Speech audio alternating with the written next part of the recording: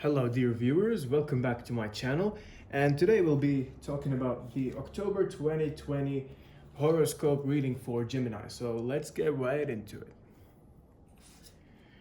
Alright, so the horoscope reading for Gemini this month, it will be really interesting if you're gonna ask me, because I can see a lot of communication. I can see a lot of it's like a mix of isolation and communication. So it's gonna be really interesting. So we can get off started with the negative side of the month. So on the negative side, we have the King of Swords. Now the King of Swords means you may not be the loudest person in the room. However, you have a lot to contribute. So if you're not being heard by everyone, if not everyone is listening to your ideas or plans or challenges, you're gonna be really good coming out with them in your own magical way. So there might be someone who will imply and abuse their power against you. So if someone like tries to force you to do something, or I'm sorry for the focus, if someone tries to force you to do something, just play with the vibe and just don't go against him, because him or her, because it'll just bring lots of trouble. All right, so now we have the Four of Wands for the thinking. What are you thinking of this month? So what you're thinking of, so that will be you're thinking about your family. Now, as you can see here, there's family. As you can see there on the very beside the house, there's a mansion. They're dancing. You're thinking about your family. You're probably like worried about them. You have thoughts about your close ones, but there's also joy and celebration to come. So now we can move on to the positive side of the month, which is the Hermit. We here have the Hermit. Let me just show you the card real quick. There we go. So the Hermit means isolation. If you could see really clearly right here, Hermit means isolation. He's isolated. He's working on himself. You're in need of isolation, and you're in need also of soul searching. You had to work. You need to work on brightening your inner self by meditation and such.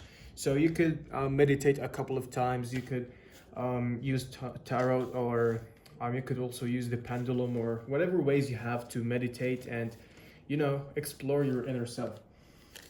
You're also taking a break out of your daily life to draw your attention and energy inward. So instead of focusing on your real life and on your job or on your studies, you're like focusing on your inner self for these couple of days, or this month in general actually. So yeah, now we have the Nine of Wands in the past, the past position.